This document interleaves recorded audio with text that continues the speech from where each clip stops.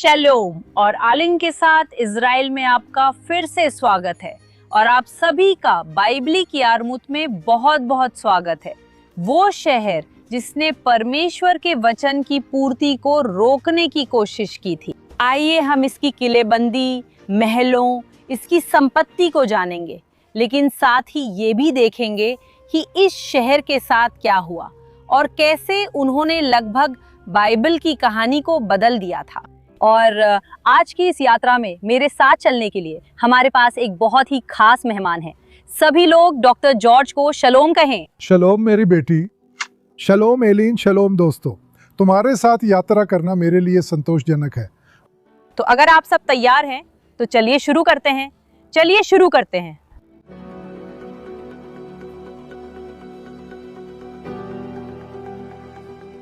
यारमूत कनानी लोगों के मुख्य शहरों में से एक था। एक बेहद मजबूत किला था और इसकी स्थापना 4,500 साल पहले हुई थी। लेकिन आज की हमारी कहानी असल में यहाँ से बहुत दूर मिस्र देश में शुरू होती है, जहाँ इज़राइल के लोग 400 साल तक गुलाम थे। तब तक कि भगवान ने कई बड़े चमत्कारों के जरिए लोगों को आजाद किया और आखिरकार लाल सागर को भी खोल दिया। और फिर लोग रेगिस्तान में प्रवेश करते हैं, जहां वे 40 साल बिताते हैं।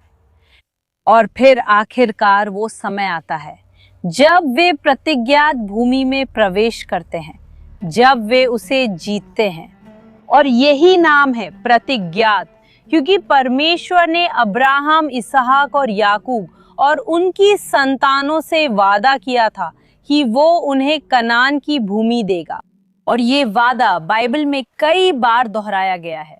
मैं अब इनमें से 2 अंश पढ़ने जा रही हूँ।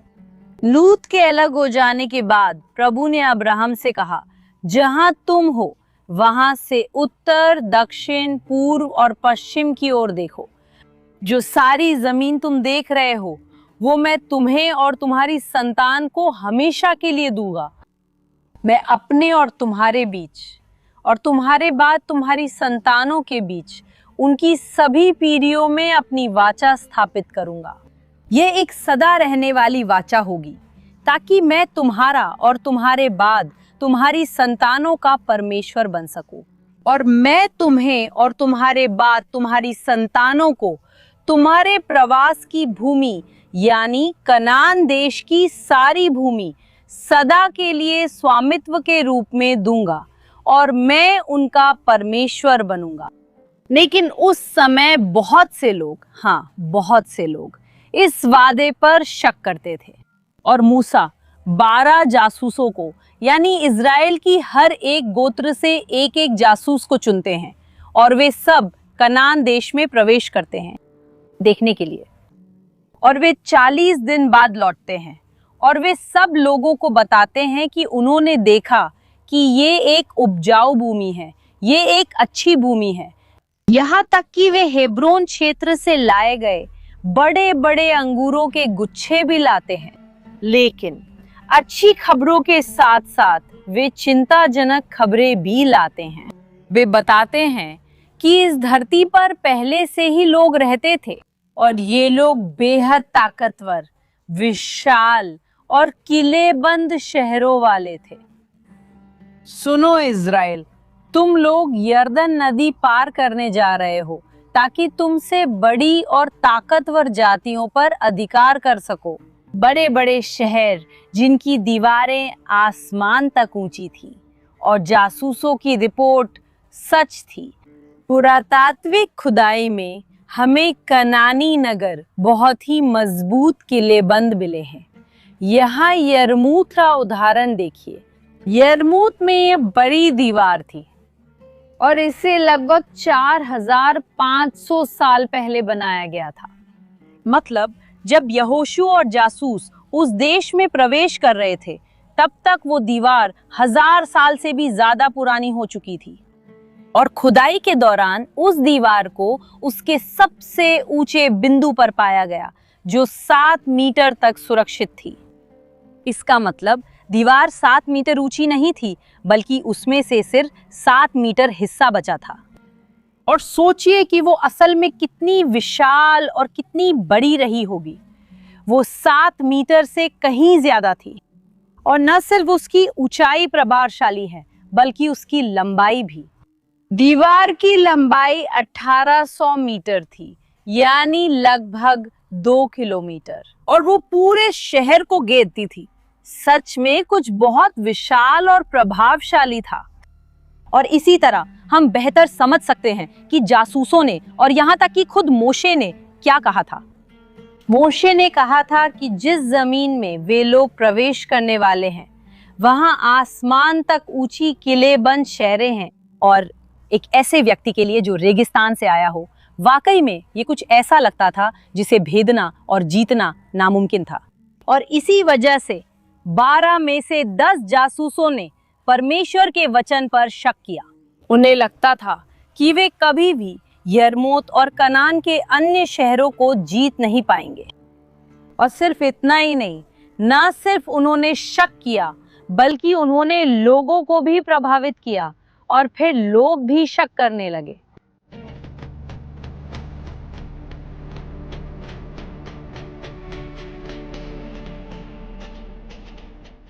ठीक है बेटी, तो चलो आप बाइबल की यरमुत को जानते हैं और असली द्वार से अंदर चलते हैं। बिल्कुल सही दोस्तों, आधुनिक चीजों से धोखा मत खाइए जो यहाँ लगाई गई हैं। ये सच में सिर्फ सुरक्षा के लिए हैं।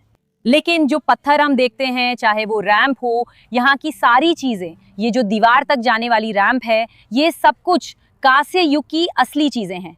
तो चलो चलो।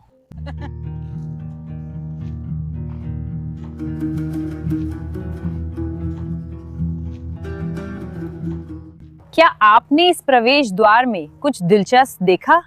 ये रैंप घुमावदार है, और सिर्फ इतना ही नहीं, रैंप यहाँ खत्म हो जाती है।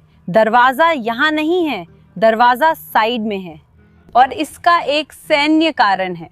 मेरे साथ कल्पना कीजिए, प्राचीन दुनिया में ज्यादातर योद्धा सैनिक दाहिने हाथ के होते थे। और अगर आप अब शहर पे हमला करने के लिए अंदर आते हैं और रक्षक उस तरफ से आते हैं, तो हमलावरों की पूरी खुली तरफ उनकी मार में आ जाती है। कई बार सुरक्षा के लिए पूरा चक्कर लगाना पड़ता था। तो इस तरह से साइड में ये निर्माण करना शहर की रक्षा करने वालों को एक स्पष्ट लाभ देता है। अब सोचिए, मैं शहर की रक्षा करने आ रही हूँ, मेरे पास यहाँ ये हिस्सा असुरक्षित है, जो समझ में आता है, क्योंकि प्राचीन दुनिया में अधिकतर लोग दाहिने हाथ के थे, सिवाय किसके? बिन्यामीन की जनजाति। बिल्कुल सही। बाइबल हमें बताती है कि बिन्यामीन की जनजाति महान योद्धा थी, और वे खास तौर पर बाएं हाथ के होने के लिए जाने जाते थे। लेकिन वे अपवाद थे, नियम नहीं।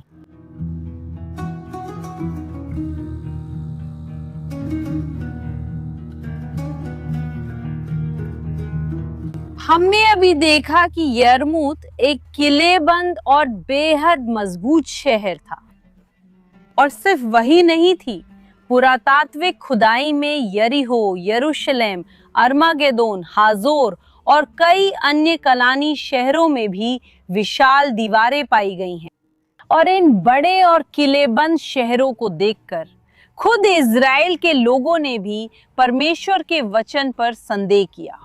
उन्हें शक हुआ कि वे वादा की गई धरती पर कब्जा कर पाएंगे या नहीं। और जाहिर है, अगर इजरायली खुद ही परमेश्वर के वादे पर विश्वास नहीं कर रहे थे, तो कनानी लोग तो बिल्कुल भी नहीं करते थे। और अब हम यरमूत शहर के अंदर हैं। शायद आप इसे बाइबल के अनुवाद में आने वाले नाम से जानते हो, जो है जरमूत। और कांस्य युग के समय में यह एक विशाल नगर था, जिसमें 18 हेक्टेयर क्षेत्रफल और हजारों निवासी थे। चूंकि आज हमारे चैनल पर मेरे पिताजी हमारे साथ हैं, एक मुलाकात बहुत अच्छा बेटी। इतने सम्मानित मेहमान के लिए राजा कनानेल का महल देखने आना तो बनता ही है। और यही है महल का प्रवेश द्वार। चलिए इसे देखते हैं। यहाँ हम एक दिलचस्प जगह पर हैं। यही वो जगह है जहाँ लोग राजा से मिलने का इंतजार करते थे, है ना? बिल्कुल सही। पुरातात्विक खुदाई में यहाँ बेंच भी मिले थे।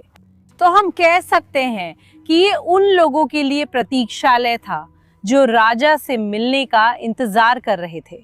वे यहाँ आते, इंतजार करते और समय आने पर बुलाए जाते थे। देखो पापा, राजा हमें बुला रहे हैं। हाँ, 4000 साल बाद ही सही, पर हम पहुंच जाएंगे। चलो सिंहासन कक्ष तक चलते हैं।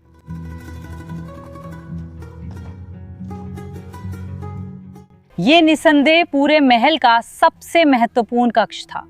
और देखिए यहाँ की बेंचें कितनी अच्छी तरह से संरक्षित है। पापा, आप भी बैठ सकते हैं ताकि आप राजा के आपसे भी बात करने का इंतजार कर सके। तो सभी मेहमान दोनों तरफ की बेंचों पर बैठते थे। आप देख सकते हैं कि एक तरफ भी हैं और दूसरी तरफ भी हैं। और सिंहासन कहाँ था? सिंहासन नहीं मिला, लेकिन पुरातत्वविदों का मानना है कि ये इसी क्षेत्र में था। तो इस तरफ सिंहासन था और यहाँ जाहिर है सैनिक भी थे जो राजा की सुरक्षा करते थे, ताकि ये सुनिश्चित किया जा सके कि यहाँ आने वाले सभी लोग अच्छे इरादों से आए हैं। अब मैं चाहती हूँ कि आप मेरे साथ जमीन देखें। हम यहाँ जमीन पर एक गोला बना हुआ देख सकते हैं। वहाँ मोंटे के पास भी एक है, हमारे कैमरामैन। महल में ऐसे कई गोले मिले हैं और सवाल ये है, ये क्या है? ये स्तंभों की नींव है। समस्या ये है कि इस महल में कोई भी स्तंभ नहीं मिला। हमें उनकी नींव तो मिलती है पर स्तंभ नहीं मिलते। सोचिए, ऐसा क्यों हो सकता है? ऐसा क्या हुआ कि महल में कोई भी स्तंभ नहीं है? अपनी राय यहाँ कमेंट्स में बताइए। और इसका जवाब है क्योंकि स्तंभ की नींव पत्थर की बनी थी, लेकिन खुद स्तंभ लकड़ी का बना था। और इसी वजह से इस महल के बनने के 4300 साल बाद ये स्तंभ और जो कुछ भी लकड़ी से बना था वो सब बहुत बहुत समय पहले ही गायब हो चुका है।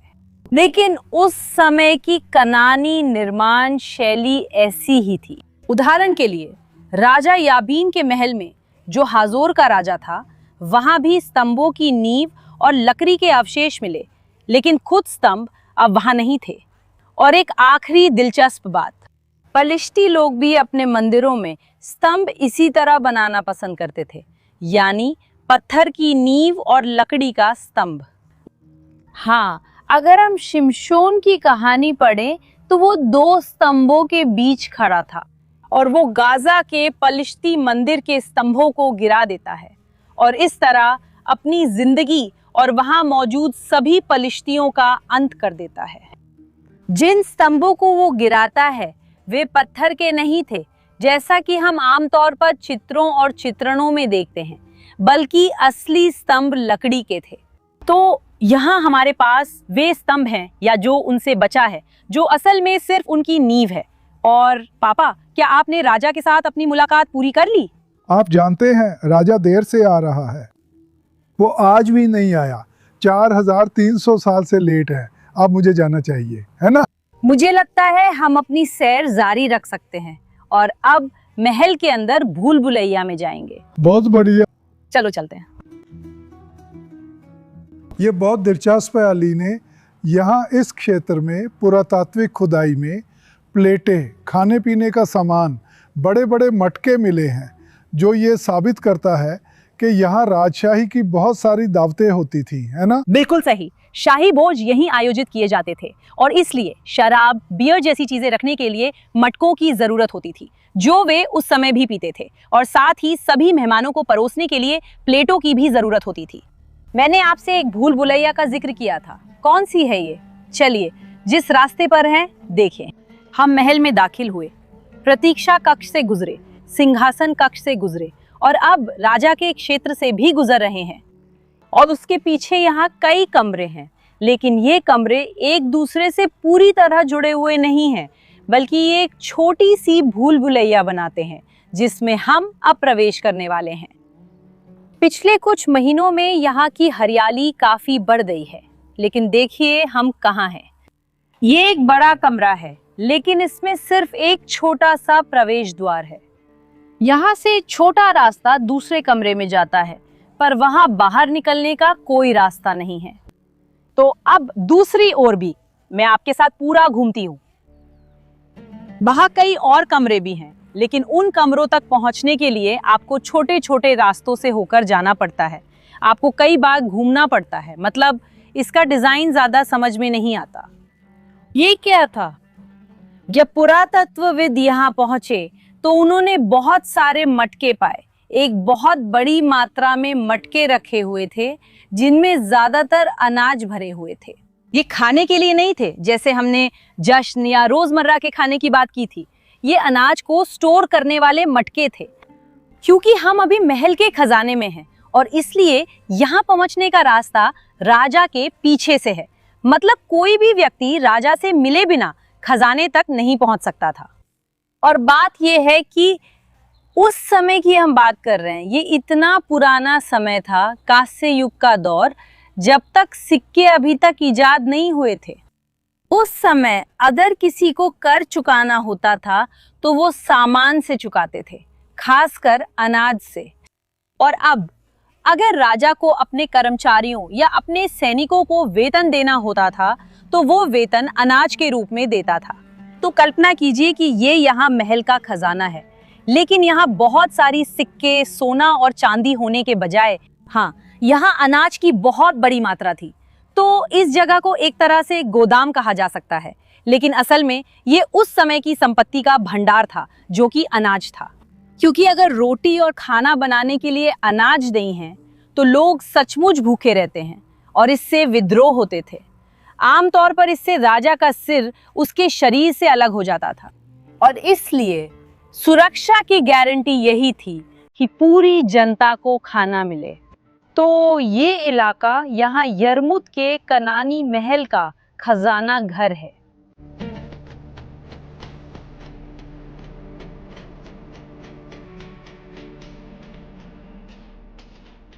ये कमरा जिसमें हम अभी अभी आए हैं, अपने फर्श की वजह से बाकी सभी कमरों से अलग है।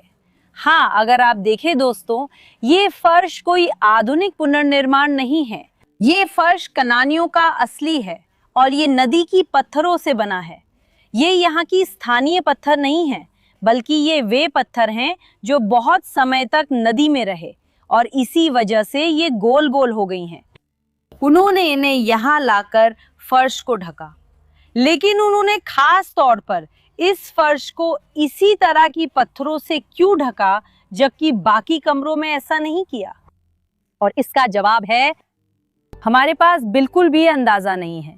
हमें नहीं पता कि उन्होंने फर्श को इस तरह से क्यों बनाया। तो कौन जाने, शायद भविष्य में पुरातत्वविदों को इसका कोई जवाब मिल जाए। लेकिन इससे हमें पता चलता है कि अभी भी सभी रहस्य उजागर नहीं हुए हैं। मतलब अभी भी बहुत कुछ है जिसे खोजा जाना बाकी है। और अब हम सब मिलकर जानेंगे कि इस शहर ने कैसे परमेश्वर के वचन को पूरा होने से रोकने की कोशिश की।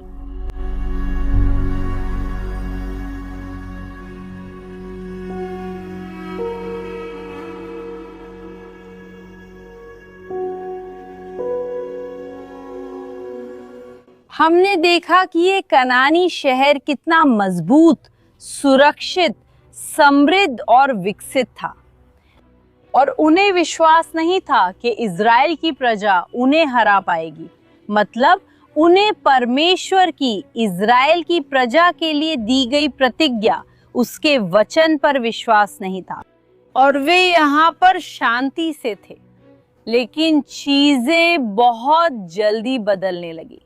जब यर्दन नदी चमत्कारी ढंग से खुल जाती है, तब लोग प्रतिज्ञात देश में प्रवेश करते हैं और शुरुआत में ही वे यरीहो शहर को जीत लेते हैं। जाहिर है ये सब भगवान की मदद से होता है, लेकिन वे सफल हो जाते हैं और यरीहो की दीवारें इससे भी बड़ी थी, या यूं कहें यरीहो में 2 दीवारें थी। वे 2 संकेंद्रित दीवारें थी और लोग फिर यहाँ से उसे लेकर चिंतित होने लगते हैं और इसके बाद तो और भी ज्यादा। मतलब योशू और इज़राइल के लोग आई पर विजय प्राप्त कर लेते हैं, जो कि एक बड़ा और किलेबंद नगर भी थी। और फिर कनानी लोग चिंता करने लगते हैं, लेकिन गिबयोनियों के पास एक आइडिया आता है। इज़राइल से लड़ने के बजाय चलो हम उनके साथ मिल जाते हैं। और वे इज़राइल के लोगों के साथ शांति का समझौता कर लेते हैं। और कनानी शहर ये सुनकर गिबियोनियों को कनान देश के गद्दार मानते हैं और उन पर हमला करने का फैसला करते हैं।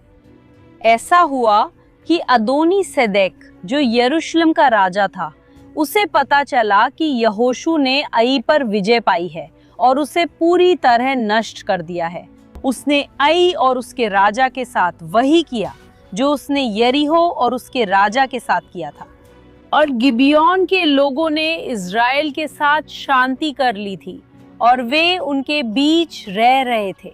वह और उसके लोग बहुत डर गए, क्योंकि गिबियोन एक राजा द्वारा शासित नगर जितना महत्वपूर्ण था। ये आय से भी बड़ा था और उसके सभी पुरुष अच्छे योद्धा थे। इसी कारण अदोनी सेदेक यरूशलेम के राजा ने हेब्रोन के राजा होराम, यर्मूत के राजा पिराम, लाकीश के राजा याफिया और एग्लोन के राजा देबीर से ये अपील की, यहाँ आओ और मेरी मदद करो गिबोन पर हमला करने में, क्योंकि उसने यहोशू और इजराइलियों के साथ शांति कर ली है।